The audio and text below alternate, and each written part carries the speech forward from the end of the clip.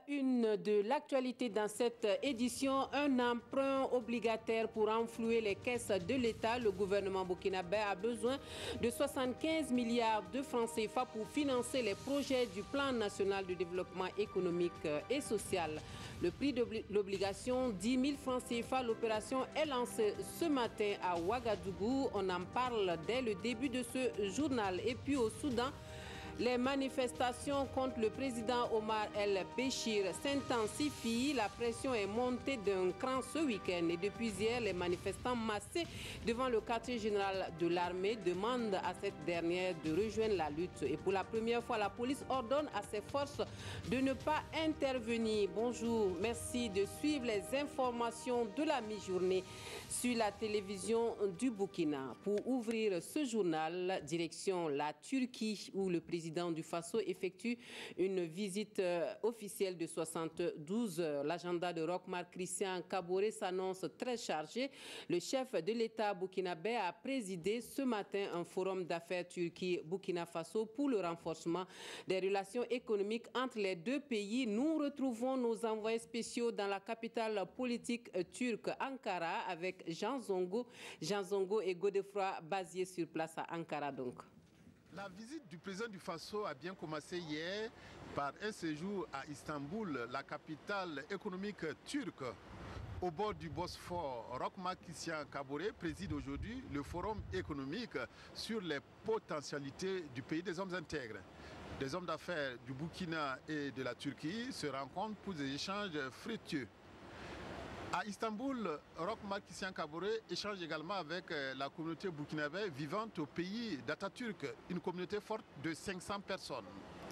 Le chef de l'État, qui est accompagné durant son séjour par 4 membres du gouvernement, affaires étrangères, commerce, mines et culture, s'envolera ensuite pour Ankara, la capitale, pour la partie officielle de sa visite. Retour au Burkina Faso où le ministre de l'Urbanisme et de l'Habitat est sur le chantier des travaux de construction des logements sociaux et économiques du projet Construction 50 logements du gouvernement dans le cadre de la mise en œuvre du programme national de construction de logements. Maurice Dieudonné Bonané constate l'avancement des travaux, félicite les promoteurs immobiliers sur la qualité des logements et rassure les populations sur l'effectivité du projet Azignaré. Dans les perspectives, une seconde phase est annoncée, une phase de 300 logements sur un autre site, toujours à Zignaré. Le point de la visite avec Siela Ouattara et Tanga Kafando. Le ministre Maurice Dieudonné Bonané sur les traces des logements sociaux et économiques. Nous sommes à Zignaré sur ce chantier où doivent pousser 50 logements de type F3 et F4, un chantier qui s'inscrit dans le cadre des 40 000 logements du ministère de l'Habitat. Ce programme s'étend sur tous les territoires nationaux. Nous avons prévu des logements dans les chefs-lieux de région, nous avons prévu des logements dans les chefs-lieux de province et des logements dans les chefs-lieux de communes rurales. Parce que comme vous le constatez, l'offre en logement est très faible. La demande est forte, vous avez tous ces enseignants, tous ces agents de santé, tous ces cadres de l'administration qui évoluent dans ces localités-là sans un minimum de confort. Donc le programme va aider non seulement à résoudre cette question, mais va aider également à la baisse des loyers. Ces logements sont réalisés par l'agence immobilière Zotimsom et pour la promotrice, ils seront prêts avant le délai imparti. J'ai été attributeur de 50 logements dans la commune de Zignaré, 30 logements F3 et 20 logements F4. Le délai d'exécution est de 6 mois. Nous sommes déjà en avance avec les 25 villas déjà réalisées. Pour le ministre Bonané, au-delà des 40 000 logements, le département de l'habitat entrevoit la restructuration des quartiers précaires avec comme point de départ la zone de Nagrin à la sortie sud de Ouagadougou. Et le Burkina Faso, toujours au Burkina Faso, le gouvernement en quête de 75 milliards de francs CFA pour financer les projets de développement du PNDS lance ce 10 avril à Ouagadougou un emprunt obligataire par appel public à l'épargne. Le prix de vente de l'obligation est de 10 000 francs CFA avec 6,50% de taux d'intérêt. Coris Bourse est mandaté pour conduire l'opération dont le coût d'envoi est donné en présence de Yacouba Gamene et Moumouni Soubeiga. 75 milliards de francs CFA, c'est le montant que l'État burkinabé recherche à travers le lancement de cet emprunt obligataire dénommé emprunt obligataire TPBF 6,50% 2019-2027. L'opération vise à mobiliser des ressources complémentaires pour l'exécution de la loi des finances 2019. Il y aura encore une autre émission, peut-être d'ici juillet-septembre, pour en tout cas contribuer à combler les déficits budgétaires. Ce déficit se justifie donc par les investissements à financer donc dans le cadre du PNDS, et nous recherchons les ressources pour que le PNDS puisse en tout cas s'exécuter normalement. 7 500 000 obligations sont mises sur le marché boursier de l'UEMOA et c'est Coris Bourse qui est mandaté pour assurer la conduite de l'opération avec 3 autres sociétés boursières. Nous allons solliciter aussi bien sur le plan national que sur le plan sous-régional et même au-delà du Burkina, tout type d'investisseurs. Il s'agit des particuliers, des institutionnels, des banques, les sociétés d'assurance, en tout cas toute personne qui a une capacité donc, de placer sa confiance au Burkina Faso, donc en mettant à disposition ses ressources pour accompagner le développement du pays. Le prix de vente de l'obligation est de 10 000 francs CFA. La périodicité du remboursement est semestrielle. Les inscriptions commencent aujourd'hui et s'achèvent le 30 avril prochain. La circulation des armes légères, l'on remet le sujet sur le tapis à Ouagadougou. Des concertations ont lieu depuis ce matin autour de l'instrument juridique adopté par la CEDEAO pour barrer la route au phénomène. L'insécurité ambiante commande une remise à niveau des acteurs pour une meilleure efficacité de la lutte. L'ouverture des travaux est suivie pour nous par Jean-Eudes Bayala et Maxime Zongo. Depuis quelques années, les pays membres de la région du Sahel sont confrontés à d'innombrables problèmes sécuritaires. Face à cette situation qui se dégrade, les États membres de l'espace se sont engagés à repenser le système. Parvenir à un contrôle de cette circulation est un objectif que nous sommes fixés, qui a donc conduit à l'adoption de cette convention sur la circulation des armes légères. Mais le but n'est pas d'entraver quand même l'action des États en ce qui concerne la défense, la sécurité des personnes et des biens. Si la convention de la CEDEAO a permis d'obtenir des résultats significatifs, sa mise en œuvre, elle, ne s'est pas faite sans difficulté, d'où la nécessité de renforcer les capacités des principaux acteurs. Aujourd'hui, nous sommes venus pour discuter, pour informer et former, donc dire ce qui se passe, qu'est-ce que la CEDEAO est en train de mettre en place pour aider les États membres. Compte tenu du contexte d'insécurité dans notre région depuis les années 90, il était normal que la CEDEAO essaie de former les acteurs des pays particulièrement vulnérables sur la connaissance de l'instrument juridique et afin de renforcer la capacité des acteurs dans la lutte contre la prolifération des armes légères. Cette formation permettra ainsi de mieux appréhender le fonctionnement de la Convention dans toutes ses exigences, mais également dans ses fonctionnalités, notamment les dérogations prévues en la matière. Objectif, parvenir à plus de transparence et d'efficacité dans la gestion des armes. Un mot de culture et tradition dans ce journal et nous allons dans le Kénédougou pour une cérémonie traditionnelle à Nyamberla. Le Wara ou la panthère est une fête coutumière qui rend hommage à la bravoure des hommes de ce peuple. Le rituel qui se déroule chaque année a pour objectif d'apporter la paix et la sérénité dans le village. Durant 3 jours, donc, les initiés se livrent à une démonstration de force physique et de savoir-faire en matière de maîtrise du feu. Nous découvrons donc davantage cette pratique ancestrale avec Moussa Tamboura et Moussa Sanou. Nyamberla, village de la commune rurale de Morolaba dans le Kénidougou. Tradition respectée.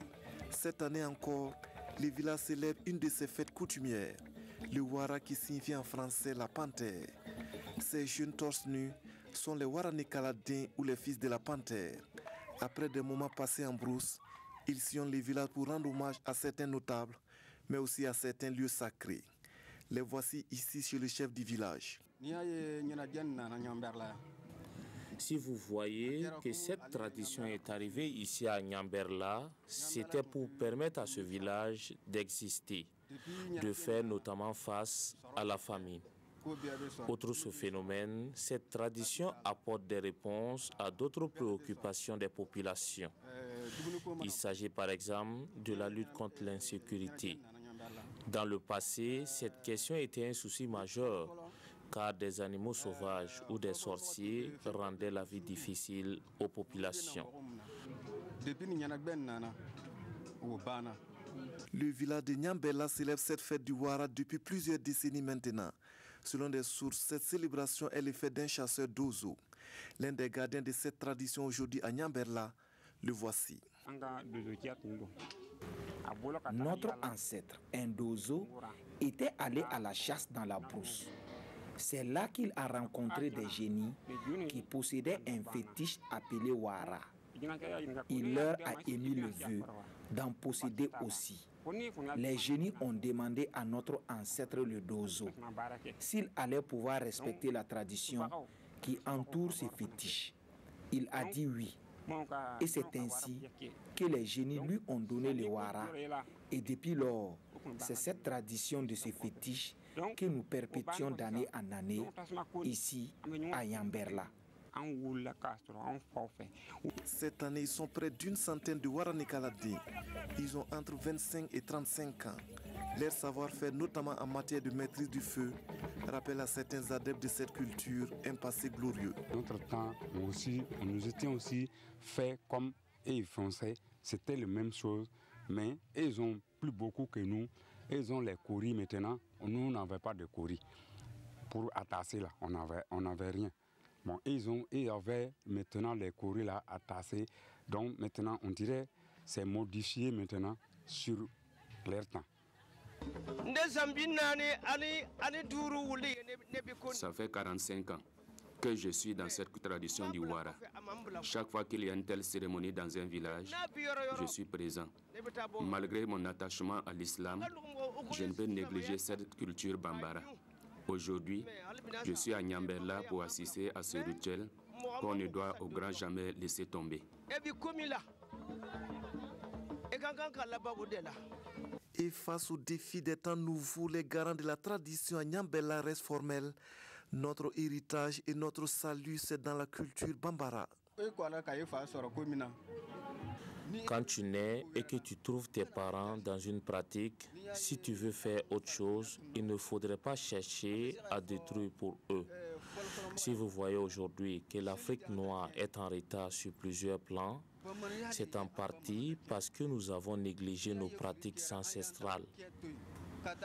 Nous, les gens de Nyamberla, notre héritage, c'est dans la culture bambara. Et il ne faudrait pas que l'on se trompe sur cette question. Un sentiment bien partagé par beaucoup d'habitants de Nyamberla, où le Wara est encore considéré aujourd'hui comme la manifestation culturelle la plus populaire. Actualité étrangère et nous allons au Soudan où les manifestations contre le président Omar el-Béchir s'intensifient. Les contestataires appellent l'armée à rallier leur mouvement contre le président. C'est la 4e journée consécutive où des manifestants se massent devant le quartier général de l'armée. Donc, les populations qui redoutaient que les forces de service de renseignement passent à l'attaque, la police a au contraire ordonné à ses forces de ne pas intervenir contre les foules. Alors, le long règne du président el-Béchir touche-t-il à sa fin? Au Soudan, le long règne d'Omar el-Béchir touche-t-il à sa fin? Voilà 30 ans que le général devenu président dirige le pays d'une main de fer, mais son autorité est contestée en interne et cela se traduit depuis 4 mois par des manifestations populaires. Au départ, il n'était que quelques centaines à défiler dans les rues. Depuis, la foule n'a cessé de grossir.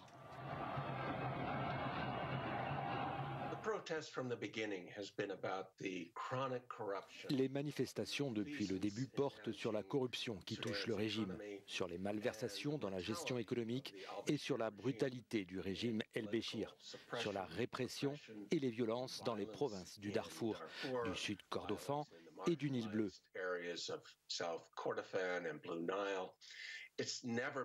La contestation ne se limite pas aux questions économiques, elle vise un régime tyrannique que les Soudanais cherchent désespérément à renverser. Ce mardi, pour la 4e journée consécutive, les manifestants étaient réunis devant le QG de l'armée. Que vont faire les militaires? Organiser la répression des manifestants ou au contraire rallier le mouvement de contestation? Signe que les choses bougent. Plusieurs ambassades occidentales à Khartoum ont diffusé ce mardi un communiqué appelant les autorités à envisager, je cite, un plan de transition crédible. Et en Algérie, Abdelkader Ben Salah, officiellement président par intérim, annonce que des élections présidentielles transparentes seront organisées dans 90 jours. Le président du Conseil de la Nation, nommé ce mardi, n'est pas nouveau sur la scène politique algérienne. Et cette nomination provoque une vague de contestation au sein de la population qui est redescendue dans la rue pour exprimer sa colère. En Algérie, Abdelkader Ben Salah a été nommé président par intérim. Une nomination qui provoque une vague de contestation à travers tout le pays. Une semaine après la démission d'Abdelaziz Bouteflika, resté au pouvoir pendant 20 ans, le Parlement algérien s'est réuni ce mardi pour élire le président par intérim. Au terme de cette concertation, Abdelkader Ben Salah, président du Conseil de la Nation, a donc pris la tête du pays pour une période de 90 jours. L'homme de 77 ans, proche de Bouteflika, n'est pas nouveau sur la scène politique algérienne. Le devoir national et la Constitution m'obligent à assumer cette lourde responsabilité avec l'aide de Dieu pour pouvoir concrétiser les exigences et les intérêts des gens. Une décision qui ne satisfait pas le peuple qui est redescendu dans la rue ce mardi pour exprimer sa colère en scandant Ben Salah dégage et système dégage. La police a fait usage de bombes lacrymogènes et de canons à eau pour calmer les étudiants rassemblés à Alger. Manifestant depuis le 22 février dernier, les Algériens réclament un changement radical de la classe politique. La situation politique en Algérie commentée par les journaux du jour au Burkina Faso avec l'entrée en fonction d'un président intérimaire aussitôt contesté par les Algériens. Autre sujet abordé, l'impossibilité des contribuables de payer leurs taxes dans les services des impôts au Burkina Faso. La revue de presse de Vincent Kendrevego. Crise aux impôts, des commerçants exposent la situation au Mogo-Naba. La une de Aujourd'hui au Faso, il s'agit du mouvement des commerçants pour le développement et l'émergence qui est allé solliciter l'intervention du souverain pour trouver une solution à la situation qui prévaut dans les services des impôts. Des vendeurs d'arachides aux opérateurs économiques qui les étaient tous là pour se plaindre du fait qu'ils n'arrivent plus à s'acquitter de leurs taxes dans les services des impôts. Sur la question, Mélégué Maurice Traoré, président du Haut Conseil du CDP, se prononce. Je souhaite que les agents des finances défendent leurs intérêts en pensant qu'il y a un intérêt général qui dépasse les intérêts catégoriels. La une du journal du quotidien. Et dans un commentaire signé de la rédaction, ce journal interpelle le président du Faso. Comment dans un pays normal, des personnes employées et payées par l'État peuvent-elles impunément refuser de travailler depuis plusieurs mois parce que leurs intérêts personnels et égoïstes sont en jeu, se demande le quotidien, et mettant en péril l'économie nationale. En Algérie, l'indésirable Ben Salah, le président intérimaire appelé à conduire la transition après le président déchu, selon la Constitution, est loin d'avoir l'onction populaire, nous écrit Sidoya. La volonté populaire préfère plutôt une transition hors de la loi fondamentale algérienne, car Ben Salah est donné comme un proche de Bouteflika qui a servi ce régime pendant des décennies. Et le journal de redouter un embrasement de la situation au risque de s'ajouter à la Libye de Muammar Kadhafi pour former un cocktail Molotov pour toute la bande sahélo-saharienne. Pour aujourd'hui, au Faso, c'est désormais la rue contre l'armée et le système Boutef, puisque le patron de l'armée qui a aidé à la chute de Bouteflika souscrit désormais à la voie constitutionnelle de la conduite de la transition. Mais pour le peuple algérien, le tout-puissant général Gaïd doit partir lui aussi, car il est une fabrication du système.